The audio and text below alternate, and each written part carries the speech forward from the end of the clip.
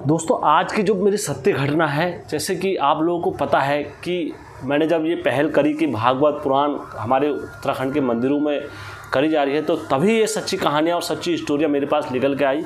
और इसमें कुछ भी असत्य नहीं है, क्योंकि हम क्या करते हैं, समाज के और इधर के चलते हुए दौरों के चलते हुए अपने पहाड़ों की परंपरा को हम स्वयं दबा देते हैं। आज का जो मेरी वीडियो है दोस्तों, आपको सब बता देगी कि वाकई में क्या हमारी उत्तराखंड की रीति है और क्या हमारे देवी देवताओं का विधि विधान है। दोस्तों भागवत, गीता और महापुराण, शिव पुराण कराने से हमारे उत्तराखंड के देवते कितने खुश होते हैं, कितने नहीं होते हैं, आपको इस कहानी में देखने को मिल जाएगा। दोस्तों वीडियो में आगे बढ़ने से पहले हमारे चैनल का इंट्रो।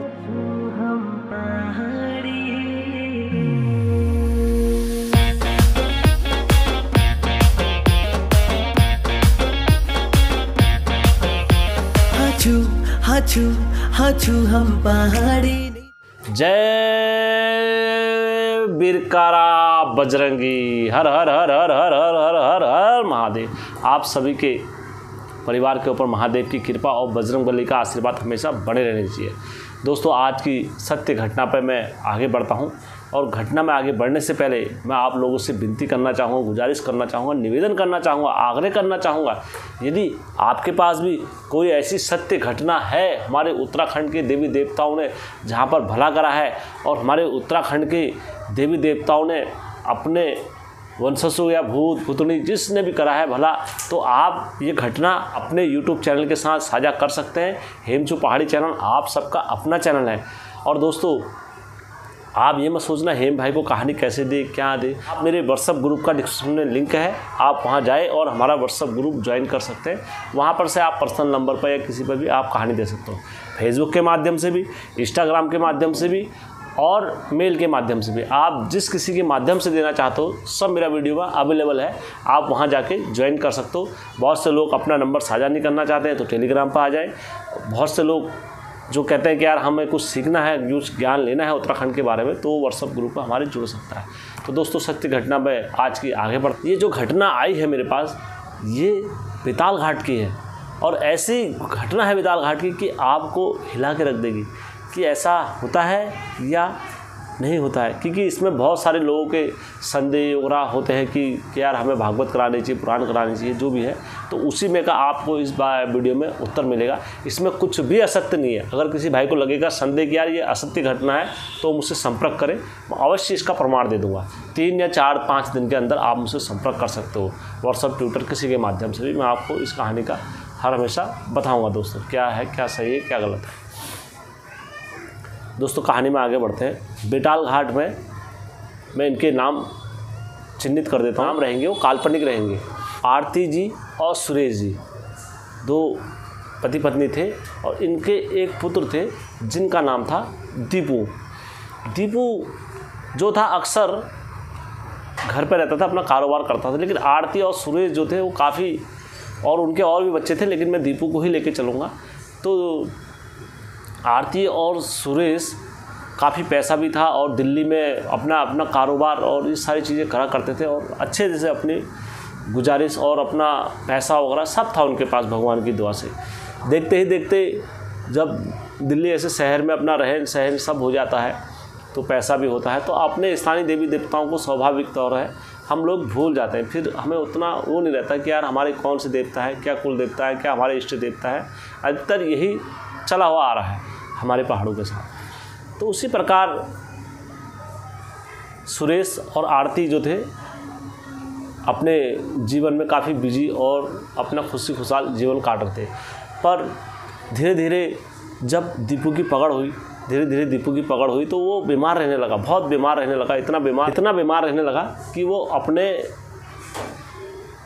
कोई भी कार्य करने में असमर्थ हो गया। स्वास्थ्य से, शरीर से, हर चीज़ से बड़ा ही दुखी और निर्बल, और उनको कुछ समझ में नहीं आता था ये क्या हो गया हमारे साथ। तो उसी प्रकार जब ये बात आगे चली ऐसी, तो आरती और सुरेश जी ने कहा यार हम अपने पुत्र को कहीं दिखाते हैं दीपू को।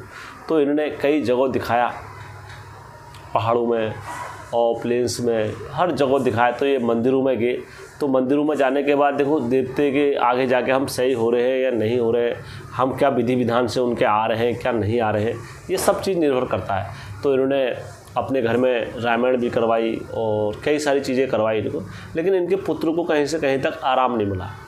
तब ये मंदिरों में गए, तो मंदिरों में पुजारी जी के पास गए, तो पुजारी जी ने इनको सलाह दी। उनसे बोला सुरेश जी और आरती जी, पंडित जी ने, आप एक काम करिए, आप अपने घर में श्रीमद् भागवत का पाठ कराएं और धूमधाम से कराएं, और आपके जो भी दुख दर्द जो भी कर देते हैं वो भगवान विष्णु और नारायण सब हर देते हैं। तो सुरेश जी ने और आरती जी ने उनका ये प्रस्ताव को अच्छे से माना और उन्होंने कहा हमारा एक लड़का है तो हम इसको कर देंगे। एक तो दोस्तों एक होता है भागवत कराना, सामूहिक भागवत कराना, जिसमें 8-10 लोग मिल जाते हैं तो एक पर्टिकुलर कर देते हैं, और एक होता है व्यक्ति विशेष से करना। तो मान के चलो उस जब व्यक्ति विशेष से करना होता है तो वो बारातों से कम नहीं रहता है, जैसे किसी की बारात करना ये करना, तो उसी प्रकार से प्रतिदिन भंडारा चलेगा, प्रतिदिन वो सारी चीज़ें होती है, भागवत आते हैं, महाराज जी आते हैं, तो उसमें लिए काफ़ी एक धनराशि का चाहिए। तो इनकी श्रीमद् भागवत पुराण में इनका 9 दिन का चला, और 9 दिन में मतलब 9-10 लाख के आसपास इनका खर्चा आ गया होगा मैक्सिमम। इतना खर्चा लग ही जाता है आज के समय में, कभी भी 5-6 लाख 8-10 लाख के बीच में लपेट में आज। सुरेश और आरती ने भागवत को संपन्न कराया, और संपन्न फिर जिस तरह से भागवत चलते रही, डेली प्रतिदिन एक दिन चली भागवत, तो इनके पुत्र को आगे बिठाया जाता था और उसको डेली भागवत सुनाई जाती थी। और भागवत में क्या होता था, अपने घरों से महिलाएं वगैरह आती थी, और नृत्य का भी बड़ा ही सुंदर प्रोग्राम चलता था, पूरा नृत्य का प्रोग्राम चलता था, और नाच गाना और इस टाइप से आरती वगैरह डेली चला। 9 दिन तक डेली भगवान का भजन कीर्तन हो रहा था, और डेली औरतें वगैरह सब नाच रहे थे, ये प्रोग्राम चलता रहा। तो ऐसे करते करते इस प्रोग्राम को एक दिन ऐसा आ गया, कार्यक्रम समापन की ओर पहुंच गया। जैसे कार्यक्रम वगैरह समापन हुआ, समापन होने के बाद इनके पुत्र घर में आते हैं। घर में आने के बाद इनके पुत्र की दोबारा तबीयत खराब हो जाती है, और इतनी तबीयत खराब हो जाती है, बिगड़ तबीयत खराब हो जाती है, इनका पुत्र बिल्कुल बेड में पड़ जाता है। वो बिस्तर से उठ नहीं पाया, वो अपने पाँव से चल नहीं पाया, वो एकदम एक सार लंबा हो गया। जब ये बात पहुंची, अब फिर वो पुजारी जी के पास, इतना सारा चीज़ इनने भागवत और ये सारी चीज़ इनने करा दी थी, और फिर भी इनके लड़के की तबीयत खराब हो रहा, सब ऐसी रहा। तो इनका मन अपने क्या हुआ, उत्तराखंड के देवी देवताओं से उठ गया, इनका मन अपने भागवतों से उठ गया, इनका मन रामायण से उठ गया, इनका मन अपनी मतलब उत्तराखंड की संस्कृति से कतई मन उठ गया। तो ये क्या बन गए, ये क्रिश्चियन बन गए। क्रिश्चियन बनने के बाद भी क्या हुआ, इनकी विपदा और इनका दुख तकलीफ कम नहीं हुआ, लगातार इनकी तकलीफ और ये बढ़ता रहा। तो फिर इनके लड़के को वो चीज़ सपनों में दिखने लगी, और इनके पति को भी दिखने लगी, और इनकी पत्नी को भी दिखने लगा कि इनके घर में दागल लग रही है, ढोल ढमाओ और खूब नाच कूदा कूद उछा उल सब इनके घर में चल रहे, और सब इनके घर में आ गए। तब इनने कहा यार हम क्रिश्चियन धर्म तो हमने चेंज कर दिया, लेकिन हमारे घर में अभी तक सुख शांति ये क्यों नहीं है, क्या कारण हो सकता है, हमें एक बार फिर से अपने उत्तराखंड के देवी देवताओं के पास और पूछ करने जाना चाहिए। तब ये वहाँ पहुँचे दरबार में, बूढ़ा केदार दरबार है वहाँ पर। तो वहाँ पर एक भुवन जी है, तो वो ताड़ी वगैरह विचार वगैरह देखते हैं, जो भी आते हैं सच्ची श्रद्धा से ही देखते हैं वहाँ पर।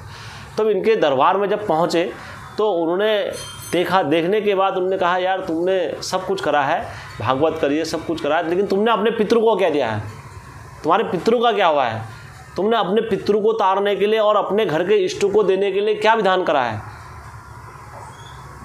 तो उन्होंने कहा ऐसा तो हमने ये जागर वगैरह सब करते हैं। उन्हें नहीं, तुम्हारे पितरों के नाम से, तुम्हारे कुल के नाम से, कुल के देवी देवताओं के नाम से कुछ नहीं हो रखा है, तुमने अपनी उत्तराखंड की रहा रीति में पूजा कर ही नहीं है, और आप गलत ट्रैक में। या देखो दोस्तों, अगर मेरे को दिल्ली जाना है और मैं देहरादून वाले रास्ते में जाऊंगा तो कभी मैं दिल्ली नहीं पहुंच पाऊंगा। मुझे कहीं का भी आप रास्ता ले लो, अगर हमें सीधे रास्ते जाना होगा तो हमें उसी रास्ते पे चलना पड़ेगा। थोड़ा कठिनाई आएगी, थोड़ा दिक्कत आएगी, थोड़ा भटकेंगे, थोड़ा क्या होगा, लेकिन रास्ता अंत में पकड़ लेते हैं। लेकिन अगर हमें दिल्ली का जाने का ट्रैक है और हम देहरादून का ट्रैक पकड़ लेंगे या हरिद्वार का ट्रैक पकड़ देंगे, कहीं का अगर ट्रैक पकड़ देंगे तो हमारा क्या होगा, रास्ता भटक जाएगा। तो इसी कारण से क्या हुआ, उनका जो ट्रैक था पूरा भटक चुके थे। तब उन्होंने कहा जब आप पूरे ट्रैक में आप पूरे उससे भटक गए हो तो अब किस हिसाब से कह रहे हो कि हमारे उत्तराखंड के देवी देवता तुम्हारी मदद कर देंगे, आप उस रास्ते पे ही नहीं आए हो, आप सबसे पहले वो रास्ते पे आओ। फिर उन्होंने कहा यार पंडित जी हमसे गलती, हम तभी अपने धर्म में आएंगे लौट के, हम दोबारा हिंदू बनेंगे, हम है तो हुई, लेकिन हमारे बच्चे को इसको राह रीति फर्क आराम मिलना चाहिए। तब उन्होंने कहा ठीक है मैं इनको बभूति लगा रहा हूँ और बभूति लगाने के बाद इनको आराम मिल जाएगा, और आराम मिलने के बाद फिर तुम मेरे पास आना, तब तुम्हारी जो बच्चे को राह रीति तब बताऊँगा मैं सब। उन्होंने कहा ठीक है आप ये भाव को हम करेंगे, इस भाव को कंप्लीट करेंगे। तो 3 महीने का उनने समय दिया। समय देने के बाद फिर उनकी गद्दी लगाई, गद्दी लगाने के बाद वो खड़ा, और उनका जो पुत्र था पुत्र एकदम फर्स्ट क्लास हो गया, जिस कारण से इनने फिर उनका धन्यवाद करा कोटि-कोट और अपने पहाड़ी धर्म में आए लौट के, और इनने अपने बेताल घाट पहुँचे। बेताल घाट पहुँचने के बाद आदर से ही और प्रेम सहित और निष्ठा भाव से ही अपने घर की दुलैची लगाई, और जिनको न्यौत करके लेकर आए थे उनका सिंहासन लगाया, और उनको सिंहासन लगाने के बाद तब ये बैठे किसमें, अपनी दुलैच में बैठे। दुलैच में बैठने के बाद तब जाके इन पे क्या हुए, वहाँ से देवता प्रकट हुए। जब देवता इनके प्रकट हुए, प्रकट होने के बाद इनके देवता ने देखा और इनके घर के पितृ आए, और पितृ आने के बाद खूब रोए, इतना रोए कि हम तो मोक्ष नहीं मिला, हमें ये नहीं मिला, हम ऐसे ही भटकते रहेंगे, और सारी चीज़ें आज तक हमारे घर के देवी देवताओं में ये सारी राह रीति है, इसको कौन करेगा सही। तब जाके उन्होंने कहा हम करेंगे, और ये हमसे बहुत बड़ी भूल हुई है, और हम अपने पितरों का, हम अपने वंशजों का और अपने सभी देवी देवताओं का जो भी है राह रीति से पूजा करेंगे विधिवत नियम से।